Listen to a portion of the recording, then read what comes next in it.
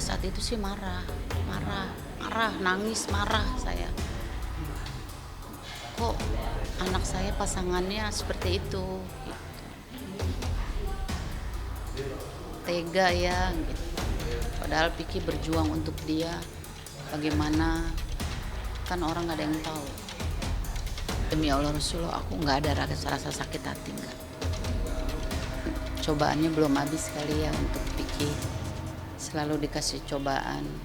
Biasanya manusia kalau dikasih cobaan berarti manusia yang kuat. Allah kenapa selalu memberi cobaan, berarti Vicky orang yang kuat. Keikhlasan itu kan lebih berharga dari segalanya. Kalau kita semua lebih ikhlas, lebih redo, lebih bisa menerima, insya Allah ke depannya akan lebih baik buat anak saya. Ya, buat Vicky harus lebih kuat. Ini belum apa-apa cobaan ini. Manusia semua pasti punya cobaan. Alhamdulillah, saya terus katakan ini kesabaran saya selama 2 tahun akhirnya terjawab gitu. Memang buat saya memang ini bukan hal yang gampang, saya harus menunggu 2 tahun. Sebenarnya kalau dibilang secara manusiawi buat saya ini terlalu lama gitu. Tapi karena saya harus menghargai proses ini, saya terus bertanya kepada pihak kepolisian, "Pak, ayo dong bagaimana? Kalau memang saya salah, Bapak preskon, katakan saya salah. Tapi kalau memang saya tidak terbukti bersalah, Bapak harus cepat bertindak."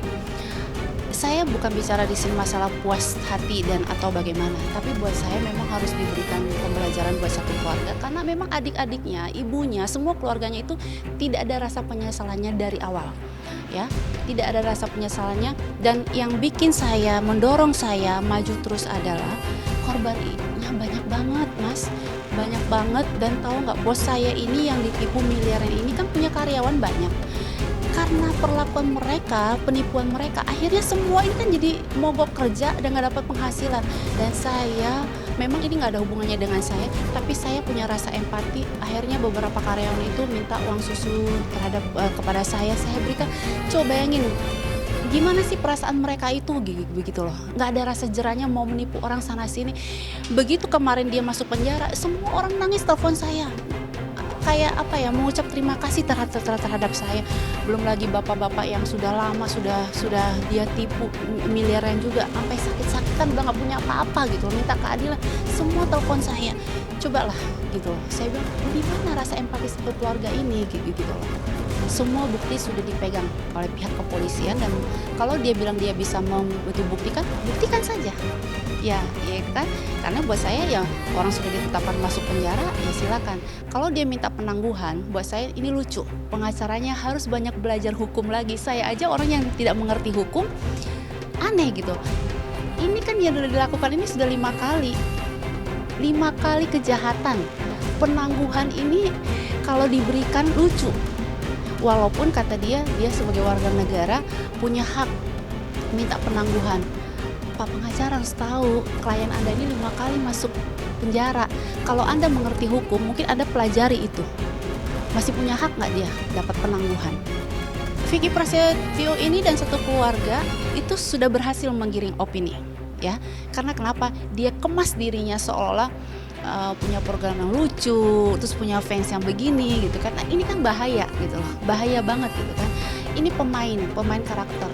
Oh, saya akan melaporkan satu keluarga yang masuk ke dalam rumah saya, termasuk pengacaranya yang nendang pintu saya.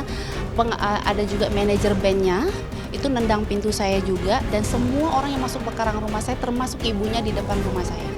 Yang pertama adalah ini prosedur hukum yang ada di Indonesia. Melakukan penahanan, menyidangkan, itu adalah prosedur. Kenapa dilakukan penahanan, itu adalah prosedur, dan dia tidak bisa mengelak. Dan terbukti dia kan berapa kali dipanggil juga mangkir kan begitu. Arti kan dia ada rasa takut. Kalau dia bener kan dia juga datang gitu baik-baik, dia buktikan semuanya. Ini kan enggak, dia takut. Berapa kali dia mangkir. Bukan masalah sibuk atau lain sebagainya, tidak, lu buktikan. Bukan masalah mengulur-ngulur waktu apa segala macam hingga akhirnya dia harus disidangkan gitu. dan masih bertanggung jawab sampai detik ini memberikan hak saya. Sampai endingnya nanti ketuk palu semuanya itu insya Allah saya akan juga datang. Sepandai-pandainya Vicky melompat, akhirnya terjerembab juga. Itu saja buat saya. Masuk di penjara, saya udah bilang kemarin, saya yang pertama orang sujud syukur adalah saya. Karena saya orang yang terjolimi dan saya difitnah. Buat saya sekarang, saya sedikit terhibur. Terima kasih Njel, saya udah terhibur Njel. Karena dia paling tidak sudah masuk jeruji. Itu saja. Saya juga menunggu kok kapan nih anak masuknya. Saya kenal dia baru keluar dari penjara, saya ingat membantu waktu itu karena dia, ya maaf ya, saya katakan lagi belangsak lah gitu ya. Terus dia menawarkan adik anak saya untuk menjadi artis katanya, si anak saya yang paling kecil. Ya saya terkecoh lah, namanya seorang ibu kali ya, kepengen anaknya dijadikan artis, ya saya suka-suka aja gitu. Ternyata itu ada udang di balik batu. Vicky tipe orang yang tanggung jawab banget sama keluarga, dan dia tuh family oriented ya. Aku tahu gimana Vicky kerjanya sampai tidur cuma 2 jam, 3 jam. Ya mengapresiasi aja dengan cara kerja dia yang seperti itu untuk keluarganya. Dia ingin hidup mandiri, dia ingin hidup sukses dengan di atas kakinya sendiri, hebat lah. Dan sekarang ya mau nggak mau Vicky harus ngelakuin hal ya, harus nitipin anak-anaknya. Kalau nggak dititip malah nggak ada yang ngurus kan. Shock banget dengar kabarnya karena kemarin tuh taunya dari infotainment.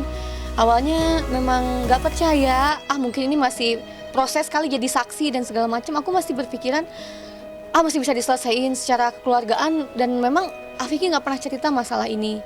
Dan mungkin dari pihak yang lain pun nyangkanya Janet tahu tentang hal ini gitu kan. Enggak sama sekali, karena semasa aku dekat sama Vicky ya kita nggak pernah ngobrolin orang, nggak pernah ngomongin bahas orang. Yang aku bahas adalah bagaimana caranya kita bisa saling support, itu aja. Saling keluarga dan anak-anaknya dikasih ketabahan, kekuatan. Vicky juga mudah-mudahan diberikan kekuatan, ketabahan untuk menjalani ini semua.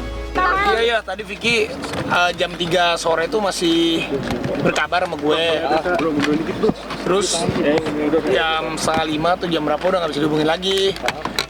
Tapi dia cuma pesan nitip anak-anaknya itu aja sih. Cuma terakhir kan Vicky bilang amanat jagain anaknya.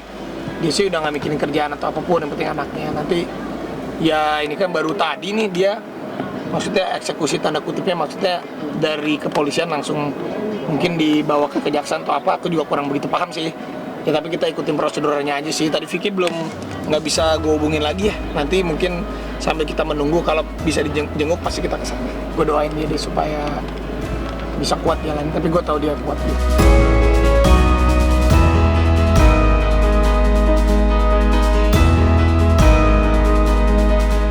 Jadi jangan lupa untuk subscribe Cumi Cumi. Ditekan ya tombol lonceng merahnya.